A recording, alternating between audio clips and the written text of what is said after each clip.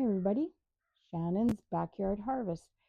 Well, it's April 18th and it is still got snow on the ground, but it is nice today.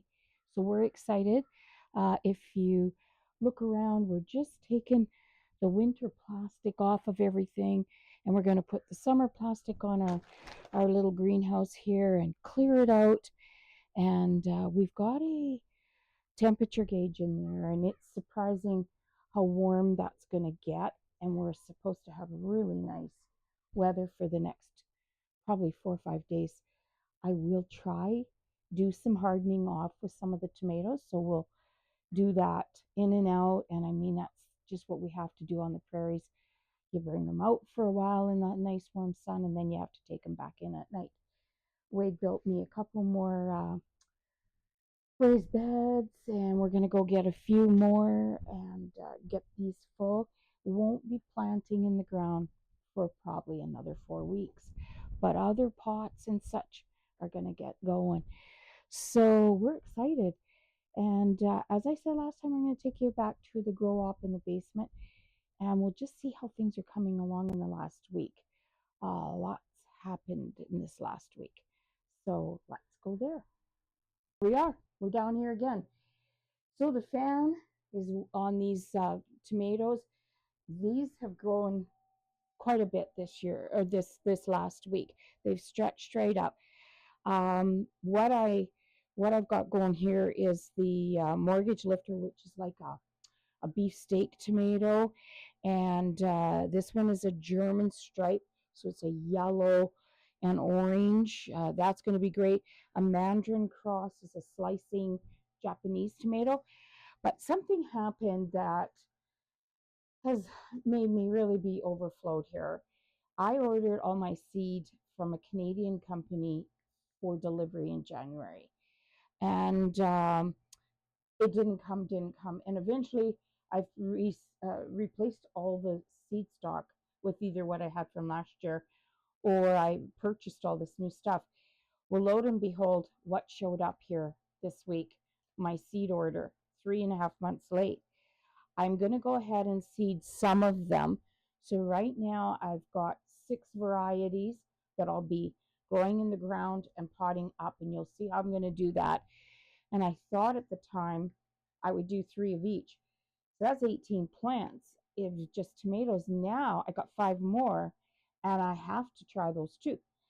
So we seeded them. And this one, it's it's uh, it's a Sicilian, and it's Rosa Sicilian, and it's just beautifully, just like a flower. The way this one is shaped, very excited. An Italian tomato. This one is a chocolate cherry, a little guy that will be going in. The Cherokee purple I've grown before. It's a nice big eating tomato. And then there's this one, and it's called the Great White, quite appropriate for Canadian growers. It's a white slicing tomato. Supposedly looks fabulous on the plate for your barbecues, and I think it would be pretty in a salad. So now I've got 11 varieties. So maybe I'll do, if I do 3 of each, we're really increasing. So probably the ground will get 2 of each. Still a ton of good fruit. Okay, over here. The zinnias have popped right up. They've grown another inch or two, and some are blooming. Here's the cabbage. I planted it in January because it was the only seed I had left from last year. Now the zinnias are getting root bound, so they've had to go be potted up. Same with marigolds. The marigolds, again, are going to be for my pest management. Uh, Everybody gets marigolds beside them. Um, some seed rolls, which I'm going to show you how the seed rolls work. I just potted some bok choy like about an hour ago into here. They're getting root bound, and these are great. They have individual little the pod that they're growing in is just perfect. Uh, the there's a lot of roots in there, so And now every time I pop one out like this and put it up, I use the space. Now we're going to germinate cucumbers in there. But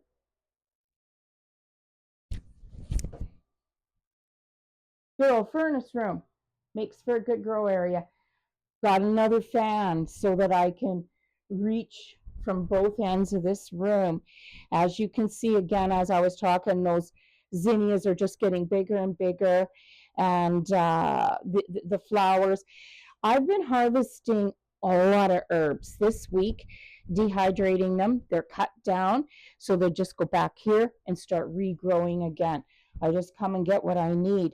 Here is that Sicilian, just put enough to in a 6-pack because I can't manage getting like another 18 of each tomato, where we just won't.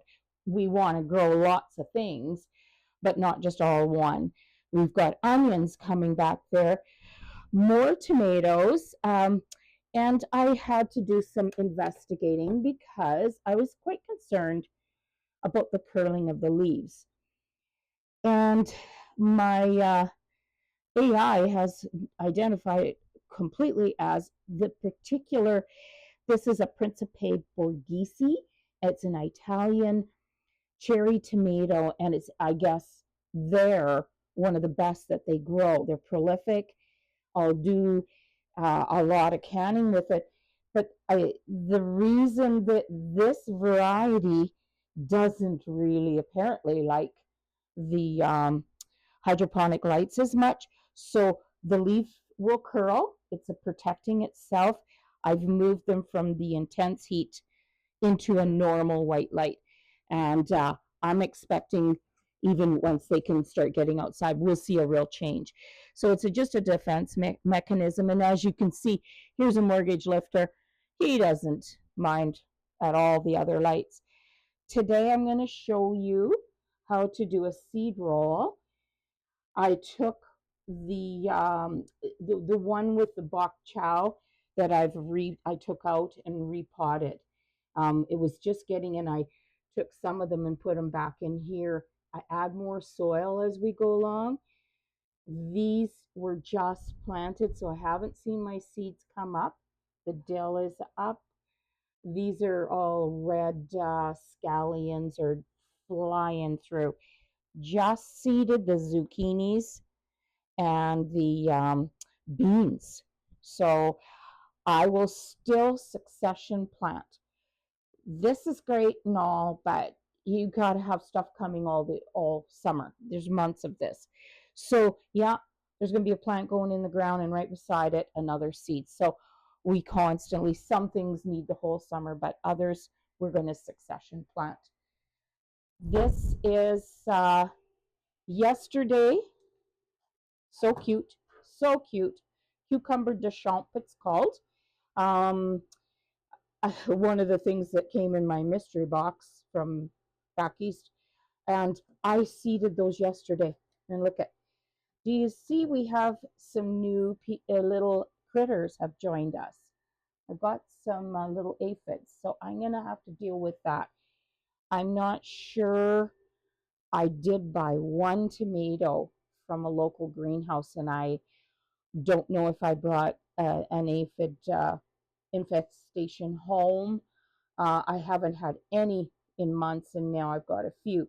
So when you see next, you're going to see the little sticky, they're a trap. And we'll be able to get a handle, and we'll trap them all. And that's what we're going to do. So today, if we bring this out of the lights, we're green. I've been cutting the onions. When they another couple days, I'll cut the tops, and we just give them a haircut, and then we put that in usually our breakfast omelet. Look at how much those little baby snapdragons are growing. This is Gypsophilia, and common name baby's breath. It's white. It's the only one I could get because I was missing my seed order, and guess what came? It's way rarer. It's the pretty, it's a deep pink. Deep carmine it's called. And that is also going to get seeded today into one of those rolls.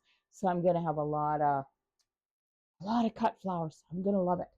Okay, let's show you how to make a seed roll.